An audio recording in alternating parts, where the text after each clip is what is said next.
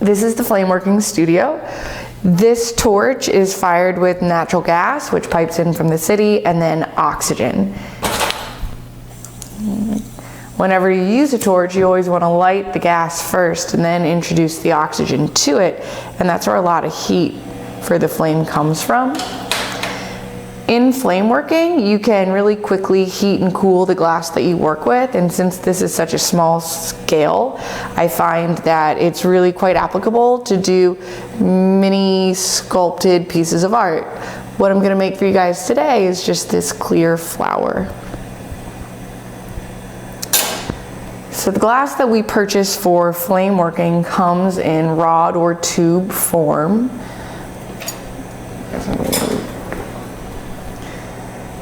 And glass in general does a really great job sharing information when it's hot. But when it's cold, interestingly enough, it doesn't. And the only reason that's important to me is because the glass that I'm holding is room temperature. The glass that's in front of the torch is kind of conducting heat really well, and everywhere that heats up is kind of sharing that heat information. But about ½ inch to 1 inch outside the flame, that sharing of heat information stops. Glass is a super cooled liquid, and when you get glass temperature, it starts to take on all the properties of a liquid. So now that this is getting hot, if I stopped turning my hand, gravity would start to take over and draw that glass down.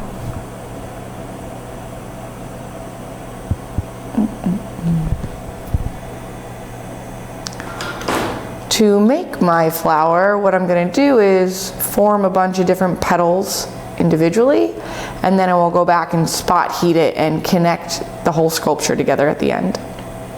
This is just graphite pads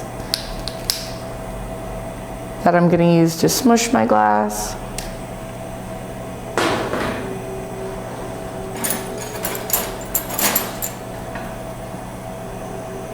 And then I'm going to make what's called a punty. And by heating up this secondary piece of glass, I can stick it to my little pad and start to pull, and that's going to help me create this little petal shape that I'm going for. And again, I said earlier, with this kind of glass, you can kind of spot heat it. So now that I've formed my petal, I'm going to keep my petal out of the flame and just put the back end in the flame where I want the glass to change.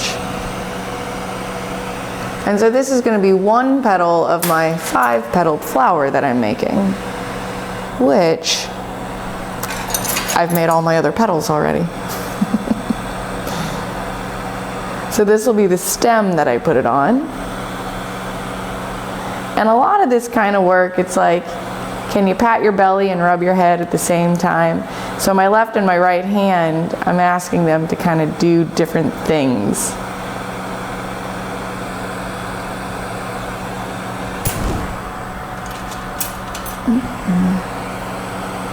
Just kind of spot heating the back of the petal that I want to connect to the stem, and at the same time spot heating the stem where I want to connect the petal to.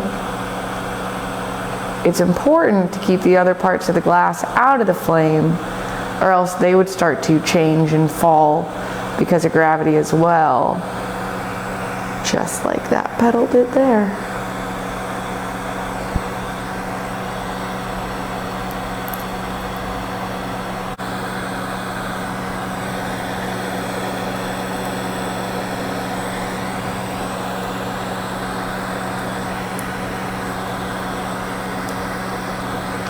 So I'm just kind of heating up the front and the back of the connections so I can kind of manipulate my petals and get them to come together in a way that pleases my eye.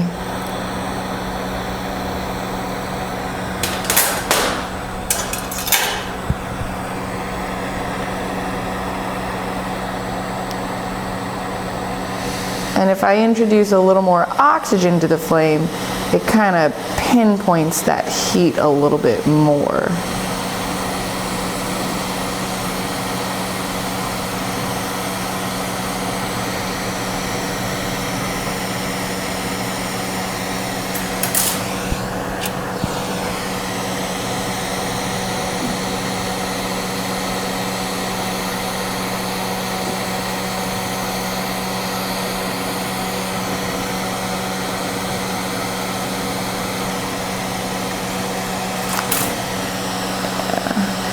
And then after you kind of have everything connected, you want to go back and you want to make sure that your connections are strong connections.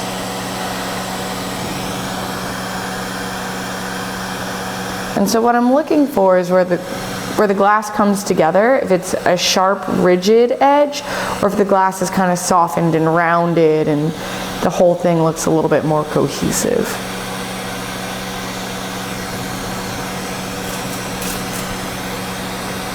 This flame is around 3,000 degrees, in case you're wondering. So there's my basic flower. Just for fun, I'll put a stamen on it. That little part of the flower that kind of comes out of the middle. And so I'm gonna take this smaller clear rod, and holding my hand down allows gravity to kind of puddle this glass up on itself and make a little glass ball, as you see here. And then again, reintroducing the heat where I want this glass to merge together.